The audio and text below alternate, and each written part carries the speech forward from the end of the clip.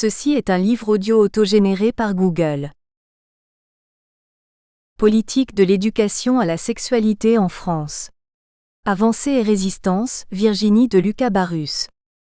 Université de Paris Panthéon-Sorbonne, CRIDUP. Le présent recueil de textes est le fruit d'une journée d'études qui s'est tenue le 15 septembre 2015 et qui clôturait une recherche collective portant sur les avancées et les résistances des politiques de la sexualité. Elle était financée par le Conseil régional de Picardie et réunissait une équipe pluridisciplinaire. Le projet visait à interroger les politiques de la sexualité au niveau local et national, les objectifs qu'elles se fixent, les savoirs qu'elles véhiculent et contribuent à enraciner ainsi que les résistances qu'elles rencontrent, en dépit d'avancées souvent significatives. Par politique de la sexualité, nous entendons les actions publiques destinées à influencer et encadrer les comportements et les pratiques qui y sont liés. Ces politiques entendent résoudre des problèmes qui n'existent qu'en vertu d'un processus de construction porté par des efforts collectifs. Spector 2010, Blumer 2004, Kitsius 1973. Dans une large mesure, elles ont été analysées à partir de leurs fonctions correctives ou incitatives voire coercitives ou à partir de leurs instruments, les mesures auxquelles elles ont recours pour atteindre les objectifs fixés. Ces politiques de la sexualité ont pour objectif de corriger ou réduire des risques, en tout cas perçus comme tels, prévisibles. Or, à l'instar d'autres politiques, elles se définissent aussi par les contenus qu'elles véhiculent. Quels que soient les objectifs qu'elles visent, ces politiques reposent sur un ensemble de propositions, de choix qu'il s'agit de resituer dans un processus plus vaste par lequel elles contribuent à la construction d'un cadre normatif des enjeux liés à la sexualité et à l'enracinement de savoir. Ce sont eux que nous avons interrogés, afin de cerner les normes et les représentations de la sexualité que les politiques charrient. Nous nous sommes intéressés de manière prioritaire aux politiques de régulation des naissances et à celles de l'éducation à la sexualité. Ces politiques s'appuient sur des savoirs qui les légitiment et qu'elles contribuent à diffuser auprès des populations qu'elles ciblent de manière plus ou moins efficace. Sur le terrain, la mise en place de ces politiques rencontre des résistances. Elles s'expriment par le rejet plus ou moins marqué des politiques par les publics concernés par les mesures. Ces résistances en rendent compte. Elles révèlent tantôt une inadéquation des mesures proposées aux réalités sociales et aux attentes des publics, tantôt un défaut de communication sur ces mesures. Ces résistances s'expriment aussi par les freins sociaux et ou institutionnels qui entravent la mise en place de ces politiques. Dans ces conditions de tension, que reste-t-il des savoirs diffusés et des normes véhiculées ? L'historiographie des politiques de la sexualité a fait l'objet de plusieurs approches, tant en ce qui concerne la régulation des naissances que l'éducation à la sexualité. Nous nous focaliserons ici sur le cas français, en dépit de recherches fécondes montrant des convergences ou divergences géographiques. Porté 1995, Porté et Hall 1995, Sauertech 2009, de Lucas Barus Prat 2015. D'une manière générale, les travaux sur la sexualité qui adoptent une posture historique connaissent depuis les années 1990 un regain d'intérêt comme le confirme la montée en puissance des publications. Bauthier et Ali, 2010A, 2010B, Beauvalet 2010, Chaperon 2002, Knibiller 2002, McLaren 1999, Mossus-Lavaux 2002, Nye 2009, Wix 2010. Il souligne tant le caractère normatif des représentations de la sexualité que les résistances aux évolutions. Pechler 2003, Porté 1994, Rebraillant 2008. Parallèlement, les travaux sur la jeunesse, plus nombreux depuis une vingtaine d'années dans le champ historique en particulier, accordent une place plus importante à la sexualité. Ils tentent à montrer une évolution des représentations et des pratiques de la sexualité depuis le XIXe siècle au moins. Bantigny 2007, Bantigny, Jablonka 2009, Blanchard et Ali, 2010, Sonne 2001. Pour la seconde moitié du XXe siècle, des enquêtes socio-démographiques de grande envergure ont confirmé cette évolution qui semble toutefois moins brutale que les discours et les représentations ne le laissent penser. Ces enquêtes fournissent des données de cadrage qui ont pu être mobilisées dans la mise en place d'une action publique dans le domaine de la sexualité et de la régulation des naissances en particulier.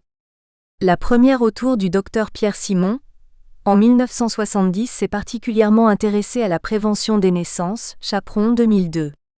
En 1992, l'analyse des comportements sexuels des Français s'est déroulée dans un contexte d'épidémie de sida, ce qui explique sa focalisation sur les pratiques et la prévention, Spira, 1993, Bajos et Ali, 1998.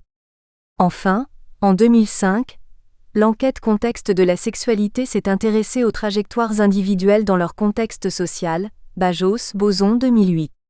Parallèlement, on dispose de plusieurs enquêtes sur la contraception réalisées par l'INED en 1978, 1988 et 1994.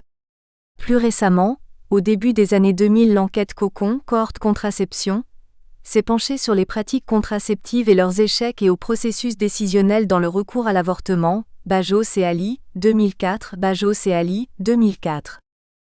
Une série de recherches sur les politiques de la sexualité s'est focalisée sur la contraception et l'avortement. Elle montre les résistances sociales et politiques à leur introduction.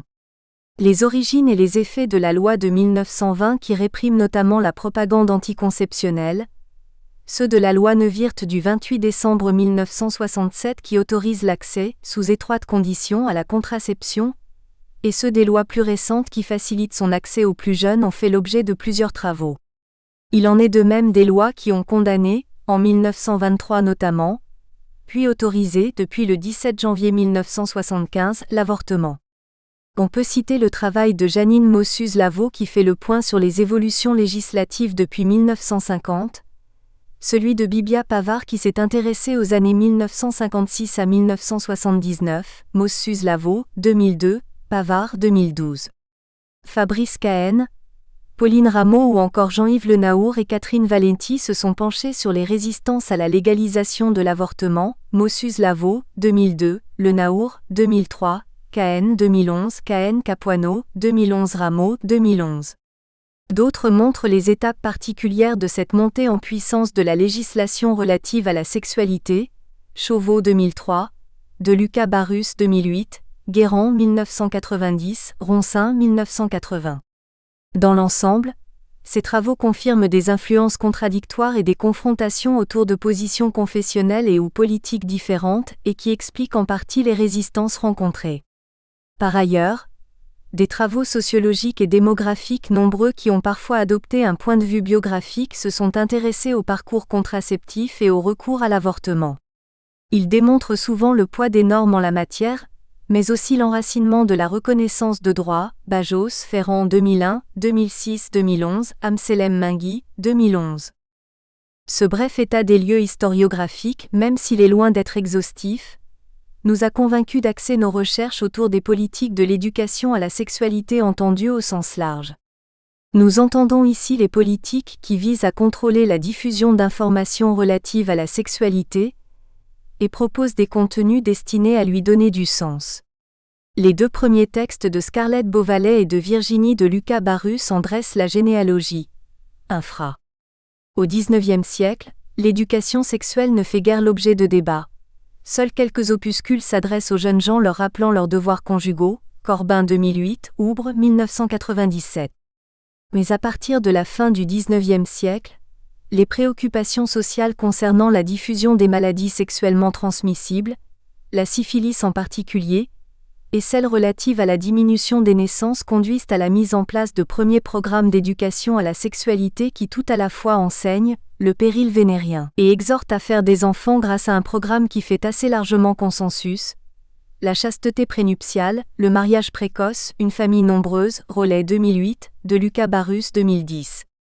À partir de l'entre-deux-guerres, le mouvement en faveur d'une éducation à la sexualité, différente selon les sexes comme le montre le texte de Virginie de Lucas Barus, prend de l'ampleur mais il est contré par l'opposition ferme de catholiques qui se regroupent au sein de l'école des parents à partir de 1929, Oubre 1997, Niebiller 1996, Stewart 1997, 2004, Le Naour 2000, de Lucas Barus 2010, Rollet 2008.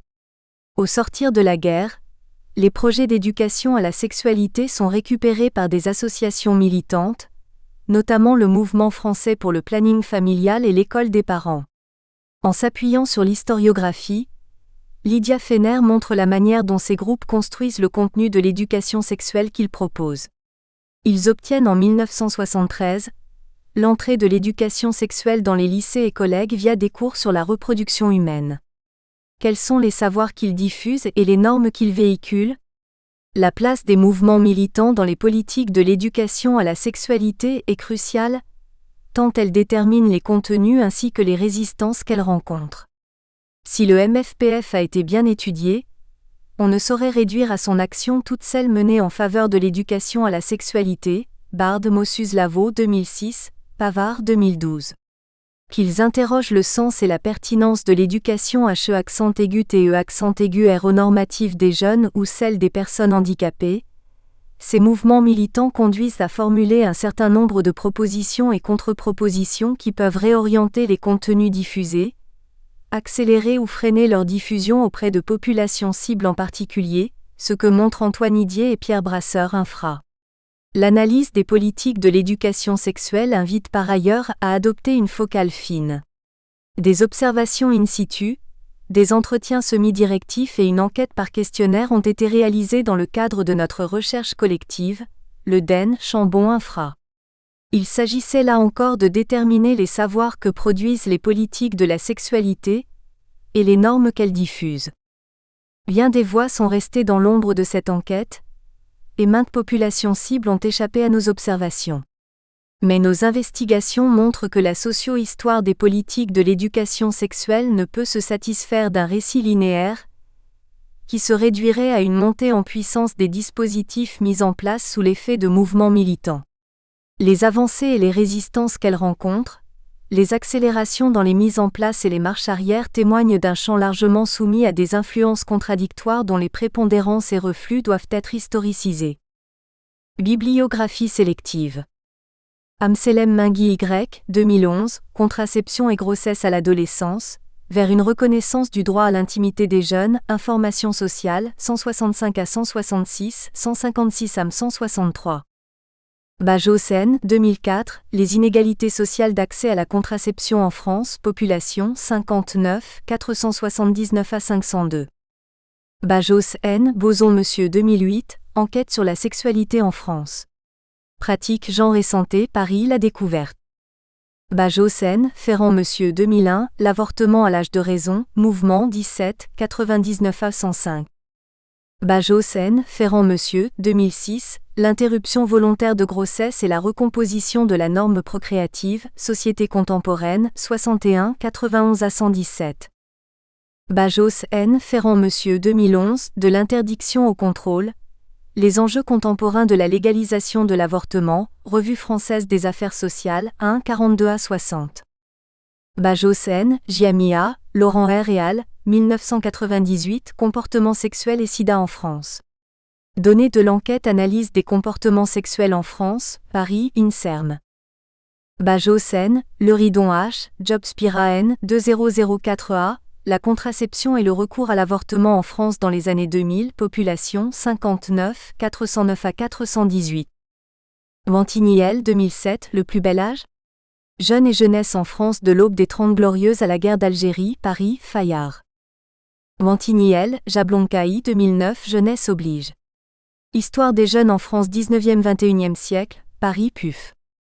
Bard C. Mossus-Lavaux 2006, Le planning familial. Histoire et mémoire 1956 à 2006, Rennes, Pur.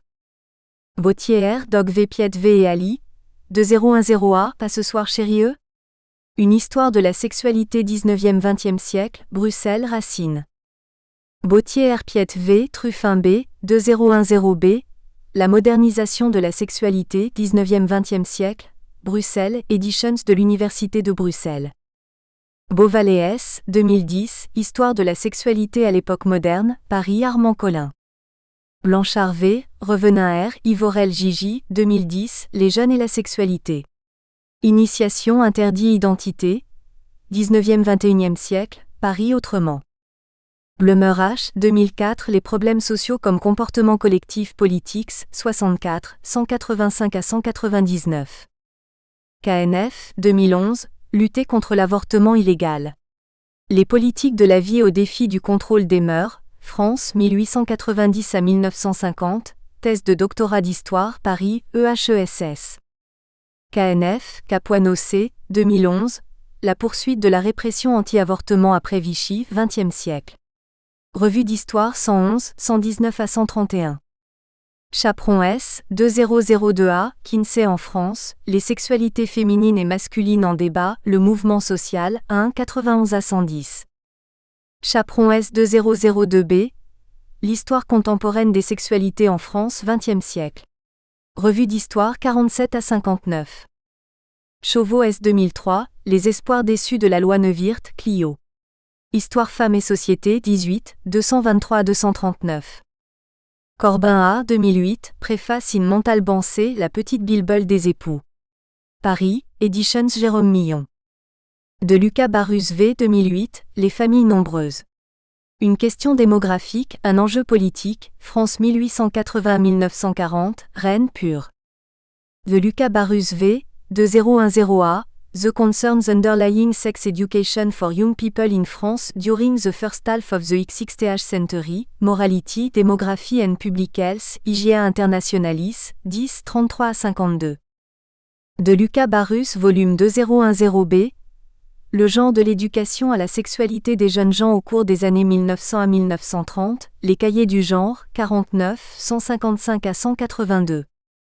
De Lucas Barus V. Praaf, 2015, The Emergence of Sex Education. À Franco-Swiss Comparison, Journal of the History of Sexuality 24, 46 à 74. Guérand RH, Roncin F. 1990, Le sexe apprivoisé. Jeanne Imbert et la lutte pour le contrôle des naissances, Paris, La Découverte. Oubreger, 1997, La discipline de l'amour. L'éducation sentimentale des filles et des garçons à l'âge du romantisme, Paris, Plomb. Kitsius J. Spector Monsieur, 1973, Tour de Sociology of Social Problems, 20, 407 à 419. Knibiller Y, 1996, L'éducation sexuelle des filles au XXe siècle, Clio. Histoire femmes et société, 4, 143 à 146. Knibiller Y, 2002, La sexualité et l'histoire, Paris, Odile Jacob. Le Naour JY, 2000, L'éducation sexuelle du soldat en 14 à 18. Bulletin du Centre d'études d'histoire de la médecine de Toulouse, 32, 1 à 7. Le Naour JY, Valenti C, 2003, Histoire de l'avortement 19e-20e siècle, Paris Seuil.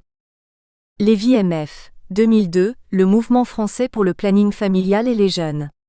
20e siècle. Revue d'histoire 75, 75 à 84. McLaren A, 1999, 20th Century Sexuality. A History, Oxford Blackwell.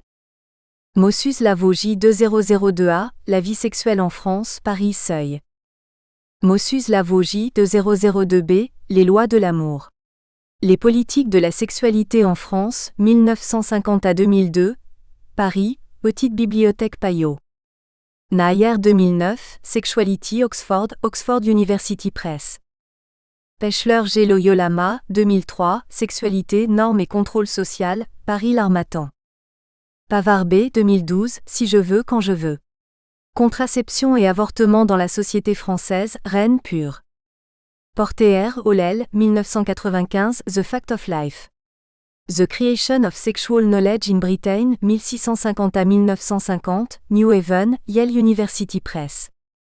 Porter Tesh Monsieur 1994, Sexual Knowledge, Sexual Science. The History of the Attitude to Sexuality, Cambridge, Cambridge University Press. Rameau P. 2011, Pratique illégale de l'avortement dans les années 68 à Dijon et à Saint-Étienne, XXe siècle. Revue d'histoire 111, 133 à 146. Rebrayant AC 2008, Intimités amoureuses. France 1920 à 1975, Toulouse, Pume. Rolessé 2008, Savoir trébuche ignorance. L'éducation sexuelle et la lutte contre les maladies vénériennes entre les deux guerres in de Lucas Barus V. ed. Pour la famille. Avec les familles, des associations se mobilisent. France, 1930 à 1950, Paris l'Harmattan. Roncin F. 1980, La grève des ventres. Propagande néo-malthusienne et baisse de la natalité en France 19e-20e siècle, Paris Aubier. Sauer-Tetchell, Davidson R. 2009, Shaping Sexual Knowledge. A Cultural History of Sex Education in 20th Century Europe, New York, Routledge. Sonahem, 2001 et Jeux tendres et tête de bois. Histoire des jeunes des années 1960, Paris Flammarion. Spector Monsieur Kitsius J. 2010, Constructing Social Problems, New Brunswick, Transaction Publishers. Spira, Bajos N. 1993, Les comportements sexuels en France, Paris La documentation française. Stewart M.L., 1997, Science is always chaste. Sex Education and Sexual Initiation in France 1880s années 1930, Journal of Contemporary History 32, 381-394. Stewart M.L., 2004, Sex Education and the Sexual Initiation of French Girls 1881-1930s in Men M.J., Solan-B, Benninghaus C.ed., Secret Gardens and Satanic Mills, Placing Girls in European History, 1750 à 1960, Indianapolis, Indiana University Press, 164 à 177. Wicks J. 2010, Sexuality, London Routledge. Virginie de Lucas Barus. IDUP, Université Paris 1. 90, rue de Tolbiac. 75 013 Paris. La régulation des naissances, stratégie d'hommes et de femmes face aux contraintes légales, 16e-19e siècle, Scarlett Beauvalet. Université de Picardie Jules Verne, CHSSC. À partir de la fin du XVIIIe siècle, la démographie française se singularise par une diminution précoce de la fécondité qui n'a cessé d'interroger les historiens démographes. On connaît assez mal les conditions de la régulation des naissances au sein des couples et une question demeure, celle de l'initiative du contrôle des naissances avant la légalisation des méthodes de contraception dites modernes. Attribuée généralement à la pratique du retrait, la régulation des naissances serait confiée à l'initiative masculine, reléguant au second plan l'intervention des femmes dans le contrôle de la taille de leur famille, Horis Brunet, de Lucas Barus, 2009. Si la proposition semble compatible avec ce qui paraît avoir été un faible recours aux contraceptifs existants tels que les préservatifs et les PCR, elle sous-estime le recours à d'autres moyens, comme par exemple les douches vaginales, dont il s'agirait d'évaluer l'importance et qui pourraient permettre de réévaluer les interventions féminines dans la contraception. Ainsi, des recherches contemporaines, en particulier en France, fondées sur l'histoire orale, ont montré la mise en œuvre de stratégies d'évitement des corps parmi les couples mariés. Quels étaient les savoirs, les connaissances acquises par les hommes et les femmes sur la sexualité, et les moyens de limiter ou d'espacer le nombre de ces enfants? Quelles attitudes ont adopté les couples, face au discours dominant sur la manière de vivre la sexualité? Jusqu'au XIXe siècle, les discours de l'Église, de l'État et des médecins conditionnent fortement les comportements. Ils visent en effet à établir une norme et à y soumettre les couples. Pourtant, même si les discours dominants pèsent d'un poids très lourd sur les consciences et les attitudes, l'adéquation entre les normes et les pratiques n'a jamais été parfaite et dès le XVIIe siècle, les hommes et les femmes, soit dans le cadre du couple, soit individuellement, ont su trouver des parades et contourner les normes. On verra tout d'abord quelles sont les normes qui pèsent sur les couples, puis la manière dont ils ont pu les contourner pour terminer par la généralisation au XIXe siècle d'un contrôle de la fécondité. Des normes contraignantes, une sexualité contrôlée. La sexualité, plus encore que tous les autres comportements humains, relève de l'intime. Cette dimension s'est particulièrement accentuée à l'époque moderne, notamment à partir du XVIe siècle, quand les réformes catholiques et protestantes ont induit une vaste entreprise de moralisation de la vie sexuelle. Cette dernière n'étant désormais plus autorisée que dans le cadre du mariage légitime et de la procréation, toutes les formes de sexualité extraconjugale sont vigoureusement proscrites, de même que ce que les théologiens appellent le sexe contre nature, englobant dans une même condamnation toutes les manières de vivre sa sexualité autrement qu'en couple, Flandrin 1970, 1981, Beauvalet 2010. Tout au long de la période, les autorités ecclésiastiques maintiennent, voire renforcent leur discours, si bien que les individus ne sont guère en mesure de s'extérioriser sur des pratiques qui sont pour la plupart, au regard de l'Église, répréhensibles. On ne peut négliger, Pour comprendre les stratégies mises en œuvre par les hommes et les femmes en vue d'une régulation des naissances, le poids des normes. Que l'on se place du côté de l'Église, de l'État ou des médecins, les recommandations visent à favoriser la fécondité et donc à limiter les éventuelles tentatives pour la contrôler. Le discours de l'Église. Jusqu'à la fin du XVIIIe siècle, le discours de l'Église est resté inchangé. Les couples doivent respecter la loi de la nature et avoir autant d'enfants que la Providence veut bien leur en accorder. En effet, depuis saint Augustin, qui affirme dans son traité de Bono Conjugali, publié au IVe siècle après Jésus-Christ, que la procréation est la fin première du mariage, on considère comme un péché l'union entre un homme et une femme sans intention procréatrice. Tous les procédés contraceptifs, de même que les rapports sexuels pendant les périodes où la conception est impossible, sont ainsi interdits.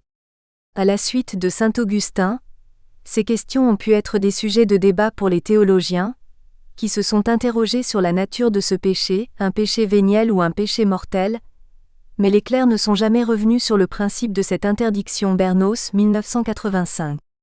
Ainsi, aussi bien la pratique de l'étreinte interrompue que l'usage de drogues contraceptives sont dénoncés. En 1588, la bulle pontificale Effrenatam les qualifie d'homicide, de crime contre la vie d'un enfant à naître et de ce fait condamne tous ceux qui s'en rendent coupables. Même si cette bulle est abrogée en 1591, la plupart des théologiens continuent à condamner la pratique non plus comme homicide, mais comme contraire à la nature. François de Sales, dans son introduction à la vie dévote, écrit que le lit nuptial doit être immaculé, et que le devoir conjugal doit toujours être rendu avec l'espérance de production des enfants. Beauvalet 2010. Il entend par lit nuptial immaculé, un usage de la sexualité modérée en vue de procréer, la volonté gouvernant toujours l'appétit sexuel. À la vérité, le commerce nuptial qui est si saint, si juste, si recommandable, si utile à la République, est néanmoins en certains cas dangereux à ceux qui le pratiquent, car quelquefois il rend leurs âmes grandement malades de péché véniel, comme il arrive par les simples excès, et quelquefois il les fait mourir par le péché mortel, comme il arrive lorsque l'ordre établi pour la production des enfants est violé et perverti, auquel cas, selon qu'on s'égare plus ou moins dans cet ordre, les péchés se trouvent plus ou moins exécrables, mais toujours mortels. Tous les auteurs le disent. La seule fin de la sexualité est la procréation et il convient de maîtriser ses pulsions et de rester maître de sa sensualité. Les tentatives des théologiens visant à amender cette conception sont restées vaines. Nounan, 1966, Bernos, 1985. La proposition de Dominique de Soto, 1494 à 1560, théologien espagnol appartenant à l'ordre de Saint-Dominique, de tolérer l'abstinence chez les couples trop pauvres pour assumer une nouvelle naissance, de même que celle de Thomas Sanchez de reconnaître la légitimité du coitus reservatus en cas de pauvreté, ne sont pas entendus. Lors du Concile de Trente 1545 à 1563, nombre de théologiens estiment que les pratiques contraceptives sont plus graves que la fornication, parce que ces actes sont perpétrés contre la vie d'un enfant à naître.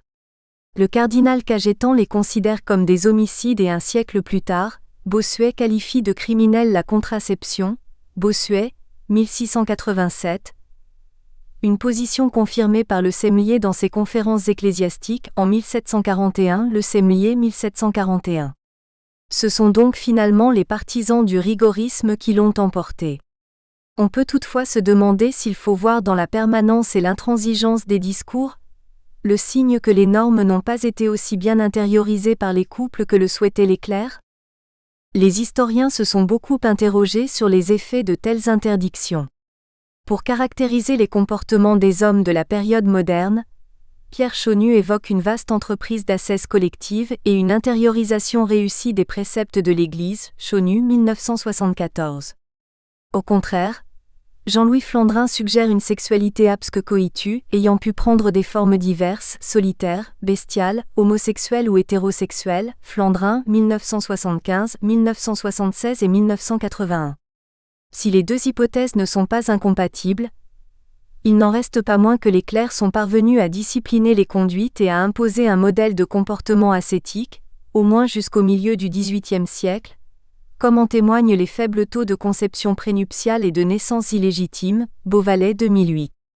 Les démographes estiment en effet qu'il y a conception prénuptiale quand la naissance survient moins de 8 mois après le mariage, avec toutefois le risque de les confondre avec des naissances d'enfants prématurés. Tout au long de l'époque moderne, le nombre des conceptions prénuptiales reste faible. À Cruley, paroisse normande, elle ne dépasse pas les 2,8% pour les mariages de 1674 à 1742, Gauthier et Henri 1958, et à Tourouvre-au-Perche, Charbonneau 1970, elles avoisinent les 3% au XVIIe siècle. On trouve très peu d'exceptions à ce schéma général, et ce n'est qu'à partir du milieu du XVIIIe siècle que on observe une augmentation significative. Les 10% sont atteints dans les campagnes tandis que dans les villes et leurs faubourgs, les 20 voire 30% sont atteints. Plus de 20% à Lyon, 30,1% à Sotteville-lès-Rouen, 36,8% à Saint-Gain-en-Mélantois près de Lille, Beauvalet 2008. De même, les interdits religieux édictés par l'Église sont très respectés, aussi bien les temps clos, période de l'année liturgique pendant lesquelles l'Église interdit la célébration des mariages et les relations charnelles, que les règles qui ont trait à la publication des bans et au choix du conjoint. Pour être valide, le mariage doit être précédé de la publication de 3 bans au cours de la messe pendant 3 dimanches consécutifs. Il est interdit de s'allier aux personnes considérées comme parentes ou alliées par le sang, l'alliance, l'adoption ou la participation à un sacrement afin de limiter les risques d'inceste.